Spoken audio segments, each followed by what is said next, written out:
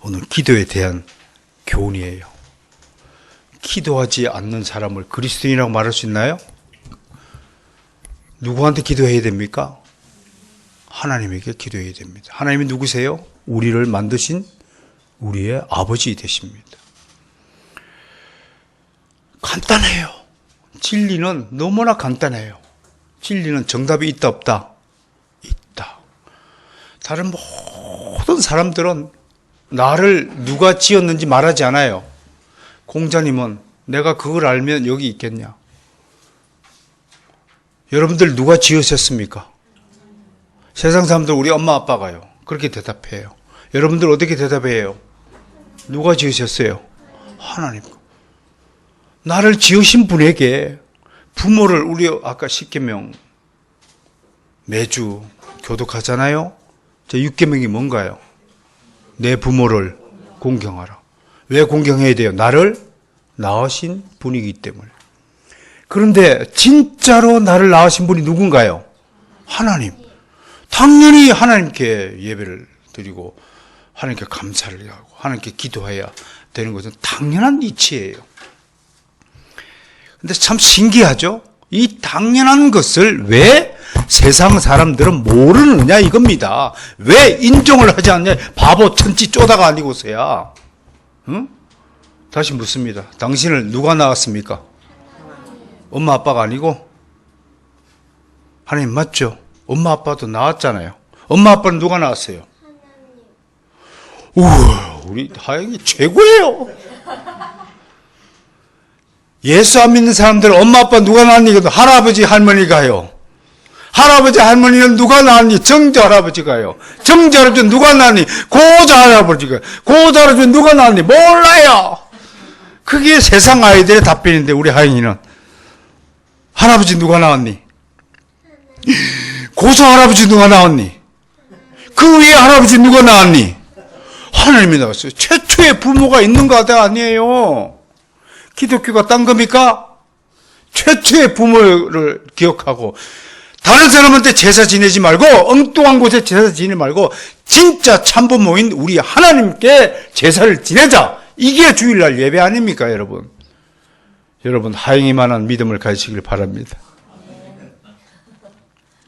그 하나님께 예배하는 것, 이 모든 것이 기도를 통해 이루어진다고 하는 것입니다. 역사적으로요. 여러분 오늘 기도 이야기하기 전에 기도의 대가들의 교훈을 좀 받으시길 바랍니다. 먼저 굉장히 기도의 대가들이 많아요.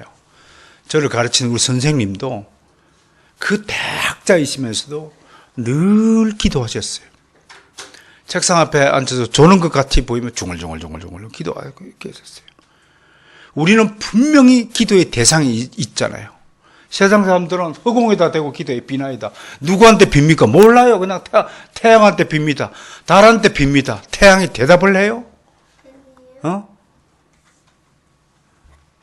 바위 밑에 가가지고 저 팔당대 밑에 가봐요. 촛불 켜놓고 바위 밑에 비나이다. 아주머니 누구한테 빌어요? 새벽정을 초하는 날 어디로 가요?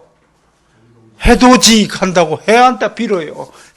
세상에 어리석은 사람들을 치고 그 해가 내 기도를 들을 수 있는 귀가 있어요. 그 기도를 듣고 나한테 말할 수 있는 입이 있어요.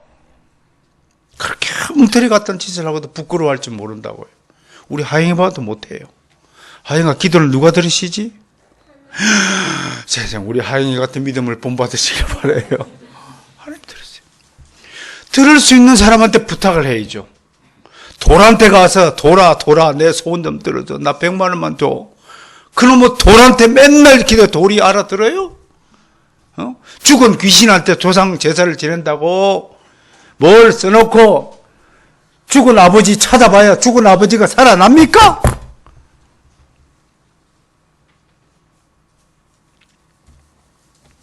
여러분 그런 점에서 우리는 얼마나 어마무시한 은혜를 받은 사람인가를 인정하시길 바랍니다. 할렐루야.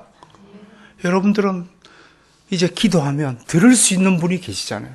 내 소원을 듣고 내 소원을 응답해 주는 분이 모시고 살고 있잖아요.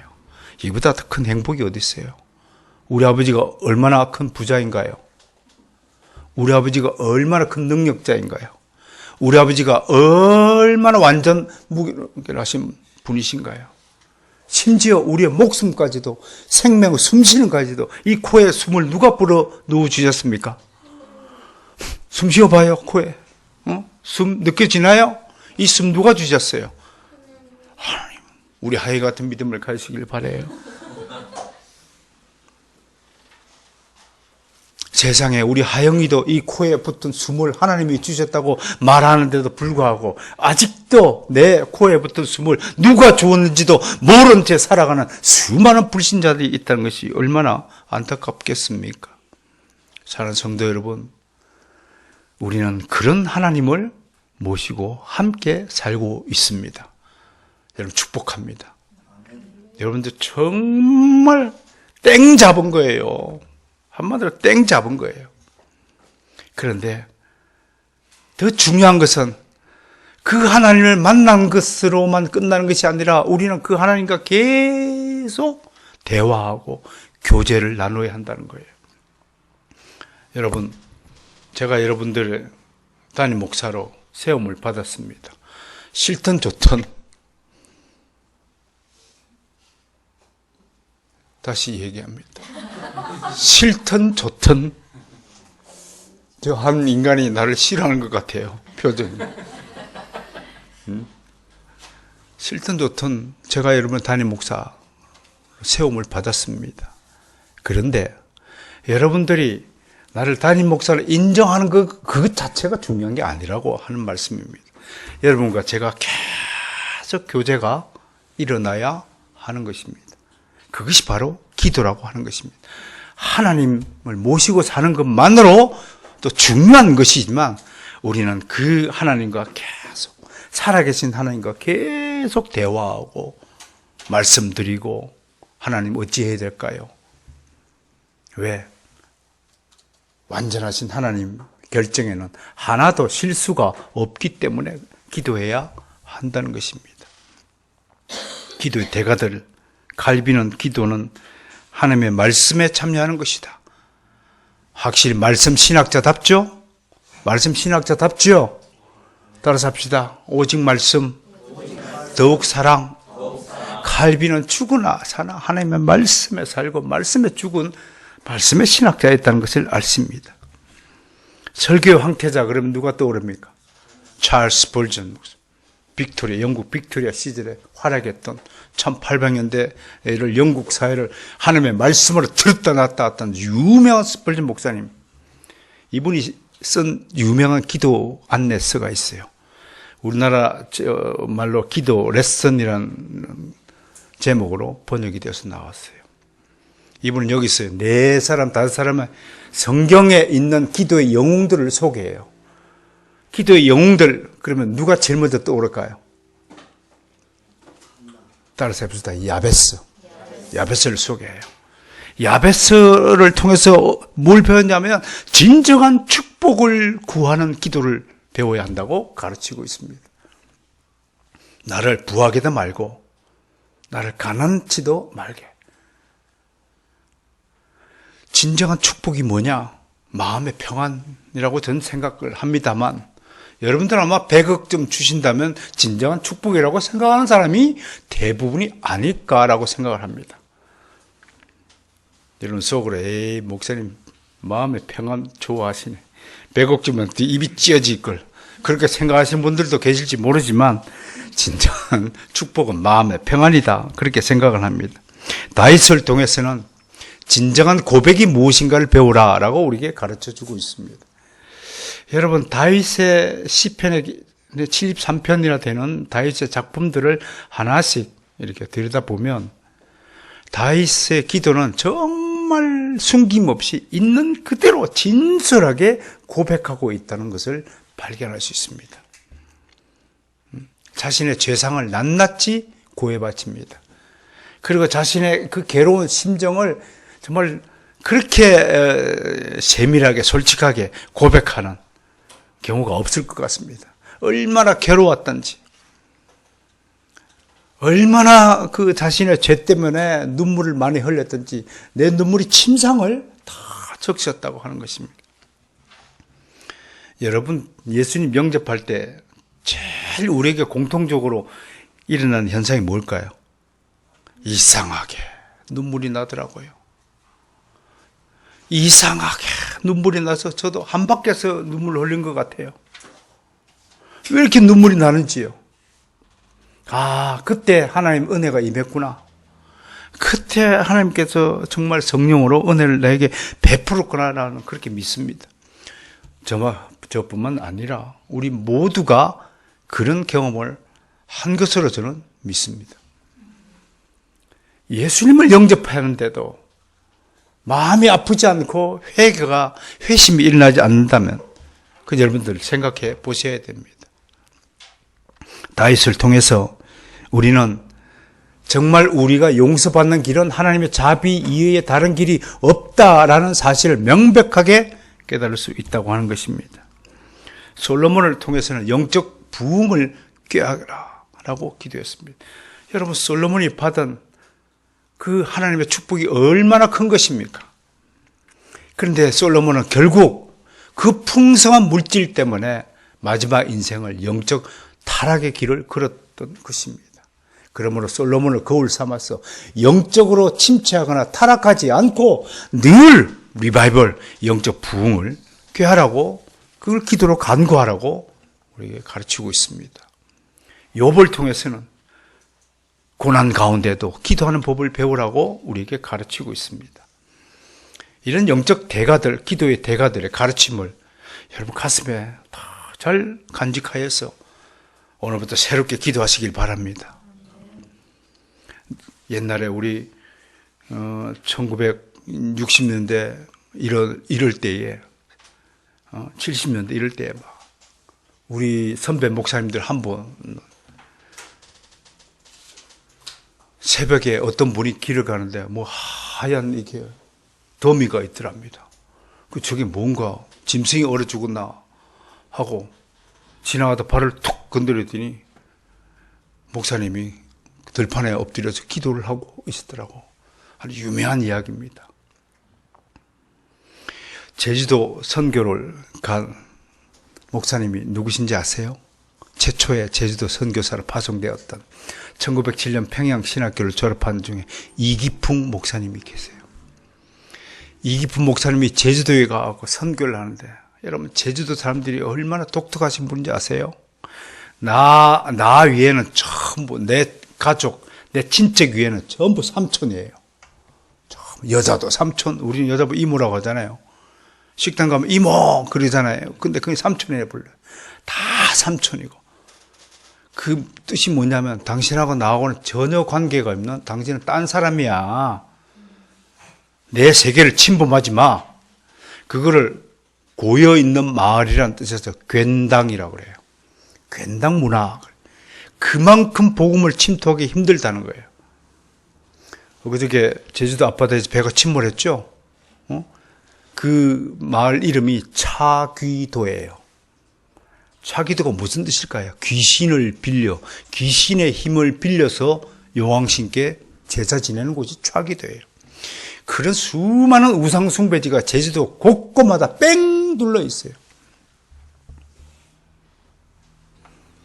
그 차귀도 앞바다에 이기품 목사님이 세운 교회가 성광교회입니다. 지금도 빨간 벽돌로 지어져 있는 건물이 있더라고요. 그 바닷가에서 얼마나 기도를 했는지. 파도가 오래 치면 해안가에 바위가 스물스물 끼잖아요. 그 차기도 앞바다 바위에 가면 이기품 목사님이 얼마나 무릎을 대고 기도했는지 바위가 파졌다 하는 전설 같은 이야기가 있습니다. 여러분, 가나안 농군학교를 세운 분이 우리 김용기 장로님이라고 하는 분이 계세요. 그 가나안 농군학교 뒤편에 가면 김용기 장로님이 새벽마다 얼마나 기도했는지 무릎트가 그대로 지금 보관되어 있습니다. 이만큼 파였어, 이만큼. 얼마나 무릎을 밀고 주여 하였는지 말입니다. 여러분, 한국 교회가 우리가 지금 여러 가지 입장을 서서 한국 교회가 추락하는 모습을 안타깝게 생각하기 때문에 여러 가지 말들을 하지만 이 교회를 세우기 위해서 수많은 기도의 대가들이 새벽부터 철야를 금식을 하면서 기도했다는 사실을 잊지 말아야 됩니다. 그렇다면 왜 이 사람들이 이렇게 기도에 힘썼을까요? 저는 두 가지 이유를 압축할 수 있다고 봅니다. 하나는 기도를 통해서 얻는 기쁨보다 더 큰 기쁨이 없기 때문인 것입니다. 이건 기도해 본 사람만이 알 수 있는 기쁨이에요. 유명한 청교도 신학교인 존 오웬이요, 기도를 통해서만이 천상의 평안함과 영혼의 만족을 얻을 수 있다라는 유명한 말을 했습니다. 다시 한번요. 기도를 통해서 뭘 얻는다고요? 천상의 평안함. 술을 먹으면서 천상의 평안함을 얻을 수 있을까요? 없어요. 절대로 없어요. 지상의 평안, 육신적 쾌락은 얻을 수 있지만 천상에서 누리는 평안함을 얻을 수 없어요. 그리고 기도를 통해서 영혼의 만족을 얻을 수 있다라고 얘기했어요. 저는 이거 명백하게 제 스스로 여러분의 앞에 증거합니다. 내 영혼을 소생시킨 하나님, 그 하나님 앞에 나아가 정말로 내 영혼이 만족하게 될 때는 하나님 앞에 기도할 때입니다. 하나님은 우리가 기도할 때 우리를 가장 사랑하신다는 사실만큼은 절대 불변의 진리인 것 같습니다. 특히 새벽 기도 굉장히 중요합니다. 왜 중요하냐? 다른 어떤 시간에 행하는 기도보다도 감동이 있고 기쁨이 있고 하나님을 더 가까이 체험하는 중요한 때이기 때문에 그렇다고 하는 것입니다. 저도 요새 새벽 기도를 잃어버려서 정말 부끄럽게 생각을 합니다. 어느새 그랬습니다.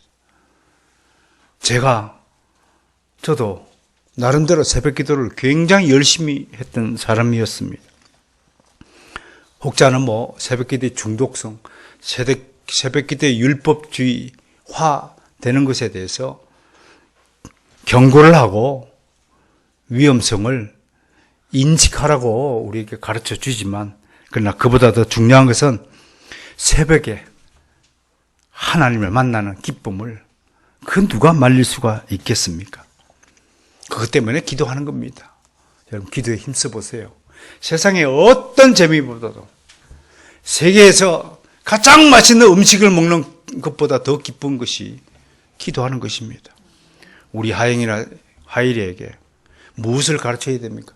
이 아이들이 왜 딴짓하는 줄 아세요? 기도하는 맛을 모르기 때문에 딴짓하는 거예요. 부모가 무릎을 꿇어보세요. 자식은 자동적으로 무릎을 꿇게 되어 있습니다. 자식이 왜 무릎을 꿇지 않아요? 부모가 무릎 꿇지 않아서 자식이 무릎 꿇지 않아요. 공부도 마찬가지예요. 자식이 왜 공부하지 않아요? 부모가 공부하지 않았기 때문에 자식이 공부하지 않는 거예요. 남 탓할 필요가 없어요. 자식은 부모가 행한 대로 그대로 보고 부모대로 되는 거예요.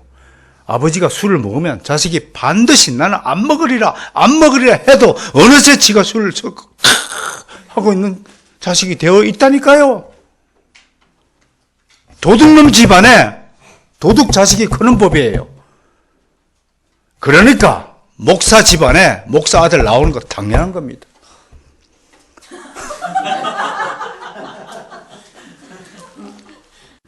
여러분, 부모라는 것이 얼마나 중요한 위치에 있는가를 아셔야 할 것입니다. 자식에게 뭘 물려줘요? 돈? 가장 어리석은 사람들이 자식한테 돈 주는 거예요. 그건 뱀을 주는 것이다. 자식에게 돈을 물려주는 것은 뱀을 물려주는 것이다 라고 아예 오늘 이참에 머릿속에 확 깊이 뿌리 박으세요. 자식 기도를 물려주세요. 기도하는 습관을 물려주세요. 성경 말씀을 읽는 습관을 물려주세요. 그러면 그 자식 절대로 실패하지 않습니다. 그 자식 부려지지 않습니다. 두 번째, 왜 기도의 대가들이 이렇게 기도에 힘쓰느냐? 여러분, 우리가 얼마나 죄 덩어리인가를 눈이 강조해도 저는 지나치지 않다고 봅니다. 우리가 육체의 이 굴레에 묶여서 여전히 죄를 짓습니다. 우리가 인생을 살아가면서 얼마나 수많은 유혹을 당하는지 모릅니다. 육체의 유혹을. 그러니까 본능적인 유혹을 물리칠 수 있는 유일한 무기가 뭐냐? 기도라는 것입니다. 그러니까 기도하지 않고는 본능의 유혹들을 물리칠 수 없습니다. 그 본능의 유혹을 성경은 세 가지를 말합니다. 뭘 말해요? 첫 번째, 육신의 정욕이라고 말합니다. 두 번째, 안목의 정욕이라고 성경은 말했습니다. 눈으로 보고 귀로 듣는 즐거움입니다. 핸드폰 귀신에 빠져가지고 요즘 아이들, 우리 전부 다가 핸드폰으로 얼마나 즐깁니까? 이 안목의 정욕의 귀신에게 붙들렸다. 귀로 듣는 즐거움. 요즘 아이들 길거리 보세요. 전부 귀에다 뭘 꽂고 다녀요. 야, 나는 하나님 감사합니다. 우리 아이들이 저렇게 하나님 말씀을 열심히 듣고 다니군요. 웬걸? 어떤 아가씨가 이렇게 뛰는데 소리가 살짝 들리는데 시끄러운 그냥 전자음악 소리, BTS 노래를 듣고 있었디다. 멋이 그냥 지랄 발광을 하는 소리를 좋아한다고 듣고 있더라 이겁니다. 특히 안목의 정욕 중에 무서운 게 뭔 줄 아세요? 호기심이라는 거 하는 것입니다. 정말 우리가 호기심을 가져야 될 대상이 누구예요? 예수님이에요. 죽을 때까지 예수님이 날 위해서 죽으셨잖아요. 그 예수님 찾아서 나를 낳아준 부모님도 평생에 걸쳐서 생각하고 그리워하고 사랑하고 존중하고 공경하는데 왜 내 죄를 위해서 돌아가신 예수님을, 그 주님에 대한 호기심을 가지지 않고 엉뚱한데 PC방 가가지고 PC방에 빙뽕 하는데 호기심을 가진자 이겁니다. 세 번째, 본능의 유혹들 이생의 자랑이라고 합니다. 왜 자랑합니까? 이 뿌리가 자기애라고 말합니다. 자기 사랑, 명예욕, 성공에 대한 욕구, 영웅의식, 자기 자랑, 자식 자랑, 돈 자랑, 교만함, 이 쓴뿌리 속에서 이생의 자랑이 나오는 겁니다. 성형수술을 하고 멋진 차를 끌고 멋진 옷을 입고 거리를 쏟아진다고 추악한 내 속에 있는 죄성들이 사라집니까? 아니요, 절대로 그런 일은 통해서 내 안에 숨겨진 추악한 죄악들이 사라지지 않습니다. 매일 오히려 자랄 뿐입니다. 오직 기도만이 이런 추악한 것들을 멸할 수 있습니다. 할렐루야.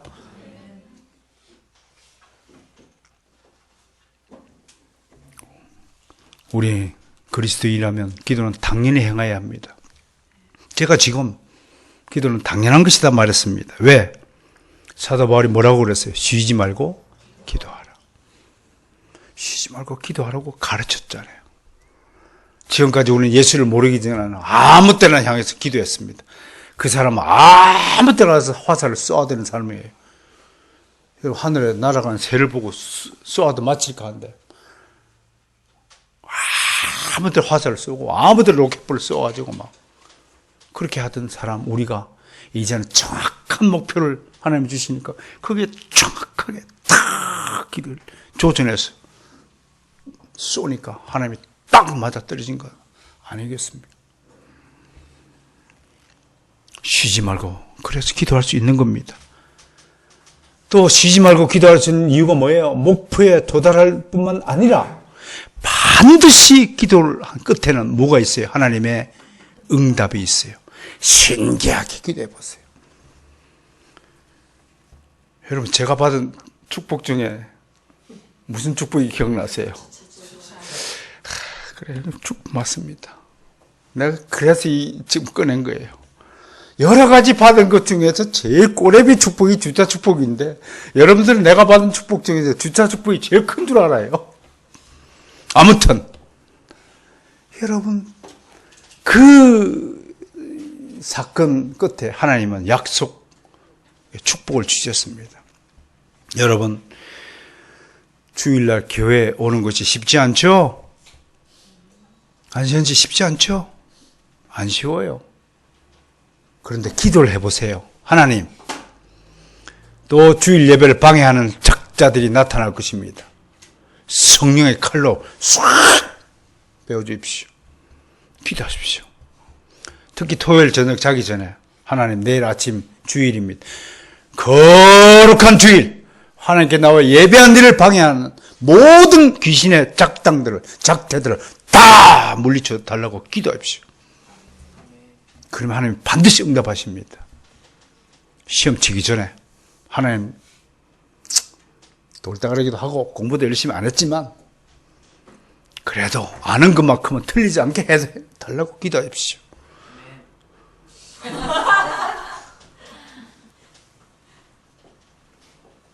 기도하면 하나님 응답하십니다.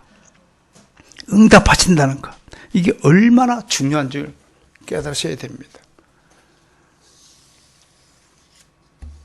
무엇보다도 사도 바울은 자신의 신학적 전제를 뭐라고 얘기했냐면 예수 그리스도 안에서 라는 말로 자신의 신학을 전개했습니다. 이 전제가 아니면 아무런 의미가 없다는 것입니다. 다시 말해서 세상의 모든 인간은 예수 그리스도와 직접적인 연관이 있어야 영생을 누린다고 하는 것입니다. 그래서 예수님이요, 요한복음 15장 5절에서 이렇게 말씀하셨어요. 제가 읽어드리죠. 저가 내 안에, 내가 저 안에 있으면, 신기하죠? 너희가 내 안에, 내가 너희 안에 있으면 함께 동시에 있는 거예요. 내가 하나님 안에 있고 하나님도 내 안에 동시에 있다는 이 말씀. 이 사람은 과실을 많이 맺나니 나를 떠나서는 너희가 아무것도 할 수 없습니다. 예수 안에 있기를 축원합니다. 무엇이든지 예수 그리스도의 이름으로 행하시기를 원합니다. 그래서 우리가 모든 기도를 마감할 때 누구의 이름으로 마감합니까? 예수 그리스도의 이름으로 간절히 기도합니다 라고 말하는 겁니다. 굉장히 중요해요. 예수 그리스도 안에서 기도하라. 중요합니다. 그러므로 여러분 예수님 안에 거하기 위해 기도해야 하는 것입니다. 또 기도에 대해서 한 가지 더 첨언할 것은 기도와 우리의 삶입니다. 김난준 목사님이 주기도문 해설서에서 이런 말을 하신 것을 소개합니다. 기도는 한 사람의 그리스도인이 누구인지를 가장 잘 보여주는 대목이다. 이 말을 좀 풀이해서 설명해 드리자면 기도하지 않는 사람을 그리스도인이라고 말할 수 없다라는 말과 같은 것입니다. 여러분들이 아무리 성경책을 옆에 끼고 헌금을 내고 찬송을 부르고 교회 주일 예배에 참석한다 할지라도 여러분들이 평소에 어디서든지 기도하지 않는다면 가끔 잊어버릴 쯤만 하면 입술에다가 예수 그리스도 한번 떠올리는 그 정도 수준에 머문다면 여러분들은 참된 그리스도인이 아닐 수 있을 것이라는 사실을 명심하시길 바랍니다. 기도는 그리스도의 특권이자 동시에 가장 중요한 의무라고 할 것입니다. 기도하는 여러분들이 되시길 바랍니다. 그리고 생명력 넘치고 풍성한 기도를 습관적으로 하는 사람만이 하나님과 온전한 화목을 누리고 있다고 할 것입니다. 그러므로 기도와 삶은 불과 분리의 관계에 있습니다. 우리는 하나님 앞에서요, 기도한 만큼 살 수 있습니다. 반대로 하나님 앞에서 사는 만큼 기도합니다. 저는 목회자로 거듭난 인생을 사는 동안에 하나님께 기도하였습니다. 그리고 주변에 이렇게 쳐다보면 정말 열심히 치열하게 살아온 사람들의 특징이 뭐냐? 기도를 열심히 열렬하게 뜨겁게 한다는 것입니다. 열렬하게 기도하는 사람만이 정말 최선을 다해서 자기 인생을 살더라고 하는 것입니다. 그러므로 기도와 인생, 삶은 전혀 관계가 없는 것이 아니라고 하는 것입니다. 하나님은 성실하고 참됨에 끈질긴 기도를 요청합니다. 그럼에도 왜 기도를 게을리 합니까? 또 반대로 기도가 그럼 쉬운 것인가? 결코 아닙니다. 기도만큼 어려운 것이 없다. 여러분, 철로역정의 저자가 누구죠? 존 버년. 이분의 철로역정도 유명하지만 시간 나시면 I will pray with the Spirit, 영어로 기도하리라는 우리말로 번역된 책이 있습니다. 기도에 관한 것입니다. 거기서 이런 말을 소개합니다. 기도가 왜 힘든가? 사탄은 우리가 기도하는 순간에 우리를 샛길로 빠뜨린다. 우리를 뒷길로 도망치게 만든다. 항상 기도할 때 잡념을 불어넣는다. 졸음을 준다. 피곤을 더한다. 기도할 때 사탄은 가장 싫어한다. 그래서 사탄이가 막아서기 때문에 기도가 힘든 거다. 보세요. 기도할 때 기도복을 따로 입을 필요가 있어요? 기도할 때 여러분 무엇을 준비해야 됩니까? 아무것도 준비할 거 없습니다. 여러분 알몸인 상태에서도 기도할 수 있습니다. 화장실에 앉아서도 기도할 수 있습니다. 언제 어디서나 얼마나 기도를 자유롭게 할 수 있습니까? 그런데 왜 기도가 안 될까요? 신기하죠? 왜 우리 할머니들이 부뚜막에 앉아서 비나이다 비나이다는 그렇게 잘 외치고 주문을 외우면서도 왜 하나님께 하는 기도는 안 될까요? 단 한 문장도 넘겨지지 않아요. 아프지. 그러니까 무엇을 기도할지 모릅니다. 왜? 사탄이가 그 순간 완전히 정신세계를 흩어져 놓는다고 하는 것입니다. 그래서 존 번연이 성령으로 기도하라라고 가르쳐 주신 것입니다. 우리는 기도할 바를 알지 못하나 성령께서 말할 수 없는 탄식으로 우리를 도와준다고 약속하였습니다. 그 말씀 믿으시기 바랍니다. 그러므로 기도하기에 힘드신 분들, 기도를 습관적으로 하지 못하는 분들은 반드시 성령님, 제가 기도할 테니 지금 도와주세요.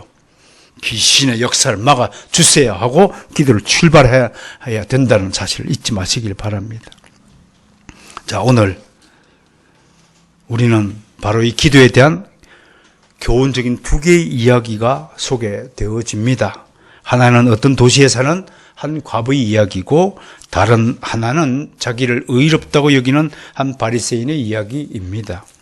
이를 통해 우리는 기도의 두 기둥을 붙잡을 수 있다라는 차원에서 오늘 설교의 제목을 기도의 두 가지 기둥이라고 세운 바 있습니다.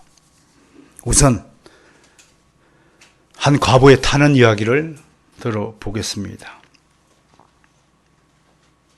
주님이 이렇게 말씀하고 계시네요. 18절.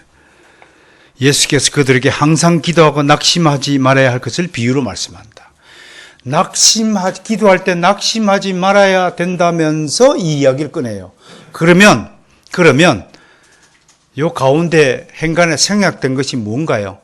지금 주님이 누구에게 말씀하고 있나요? 제자들에게 말씀하고 있어요. 근데 제자들 가운데 기도의 효력에 대해서 의심하고 있는 제자들이 있다는 것을 전제할 수 있을 것입니다. 제자들이 속으로 정말 기도하면 이렇게 효력이 나타날 수 있을까? 그런 마음들이 있었다는 것을 유추할 수 있다는 것입니다. 제자들은 스스로 우리가 기도해야 함을 알고 있지만 자신들의 기도가 정말로 효력이 있어서 하나님께 상달되어서 반드시 응답의 역사를 받아낼 수 있을 것인가에 대한 확신이 없었다 라는 것을 전제로 오늘 주님의 이 비유를, 두 가지 비유를 들고 있다는 사실입니다. 여러분, 내가 기도해야 된다는 생각을 안 가진 여러분들 중에 그런 사람이 있을까요? 여러분들 모두가 기도해야 한다고 할 것입니다. 그런데 왜 기도를 못할까? 조금 전에 말씀드렸듯이 기도의 맛을 아직 보지 못했다. 이 맛을 보신 분은 세상의 그 어떤 맛보다도 기도의 맛을 매일같이 맛보기 위해서 무릎을 꿇고 기도하는 것입니다. 따라서 기도 맛보다 더 좋은 맛 없다. 이 맛을 꼭 맛보시기를 축원합니다. 정말 소개합니다. C3보다 100배 더 좋은 맛입니다. 그것 때문에 기도해야 되는 겁니다.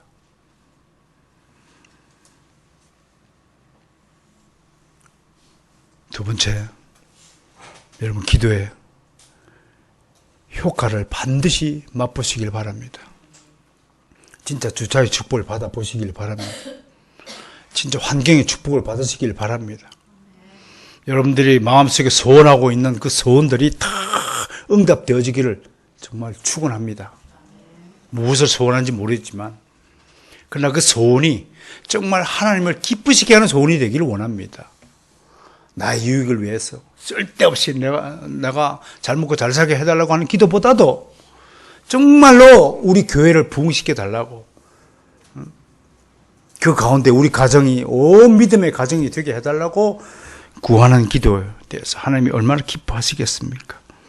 그래서 오늘 비유의 목적은 다음의 사실을 보여주기 위함입니다. 첫 번째, 아무리 지독하게 악하고 세속적인 재판관이라 할지라도 끈질기게 탄원하는 과부에게 결국 항복하고 그녀에게 정당한 권리를 되찾아 주는데, 하물며 공의로우신 우리 아버지 하나님께서 밤낮으로 부르짖는 택한 백성들의 간구를 듣지 않겠느냐 하는 것입니다. 그렇다면 여기서 재판관이 어떤 사람이냐 한번 봅시다. 첫째, 그는 어디에 살고 있나요? 도시에 살고 있어요. 이건 부귀영화를 누린다는 뜻입니다. 둘째, 그는 하나님을 두려워하지 않는 사람이라고 오늘 기록되어 있습니다. 세상에 제일 교만한 자가 누구예요? 하나님을 두려워하지 않는 자들입니다. 셋째, 그는 하나님만 두려워하지 않는 것이 아니라 사람도 무시합니다. 재판관이 아무나 되지 않는 것이죠. 사법고시 쳐가지고 되었으니까 이게 어느새 교만한 거예요. 자기는 차원이 높다고 생각하는 거예요. 사람 밑에 사람이 있고 사람 위에 사람이 있다고 생각하는 거예요. 다른 사람 깔보고 무시하는 거예요. 정말로 훌륭한 사람은 이런 생각을 가지 않아요. 정말로 훌륭한 사람은 높은 자리에 있을수록 자꾸 다른 사람을 섬기는 사람입니다. 주님이 뭐라고 가르쳐요? 크고 작거든 남을 섬겨라. 정말 큰 사람, 정말 큰 인물들은 다른 사람을 나보다 낮게 여기고 존중하는 겁니다. 다른 사람을 무시하는 사람은 그 수준이 낮은 거예요. 그걸 들어서 우리가 소인배라고 말하는 거예요. 저 한국 사회 소인배 천지입니다. 대장부들,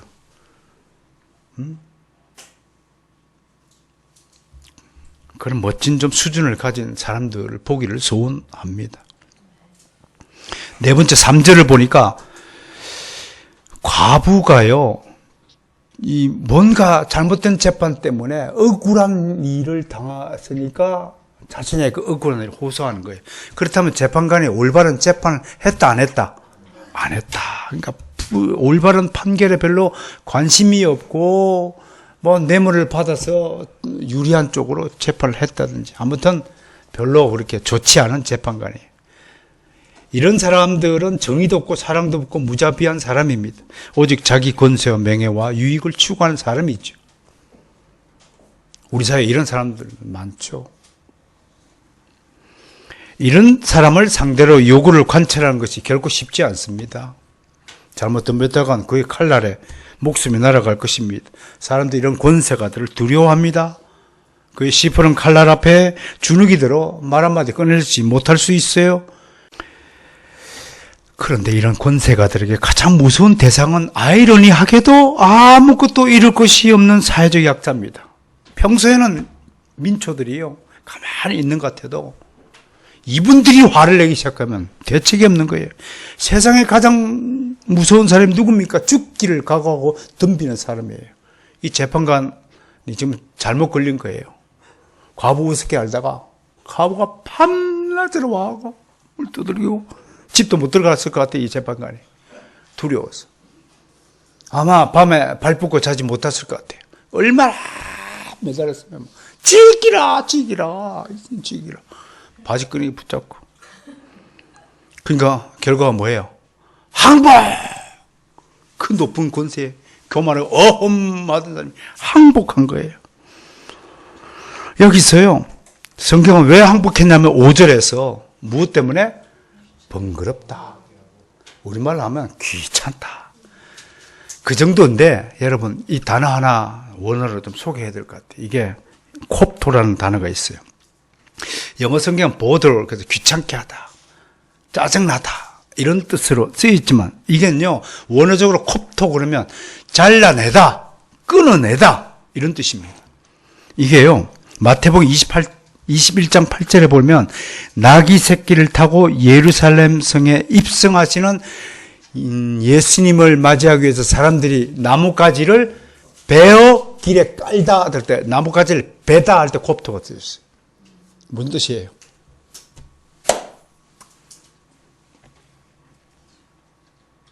나무가 베일 때 얼마나 아픕니까? 그만큼 재판관이 칼로 자기의 몸을 찢어지듯이 아플 만큼 과부가 덤벼들었다고 하는 거예요. 여러분 뭔가 덤비려면 이 정도 각오를 하고 덤비세요. 나한테 신학적으로 이기려면 이 정도 각오를 하고 덤비세요. 피를 흘릴 각오를 하고 덤비라고요.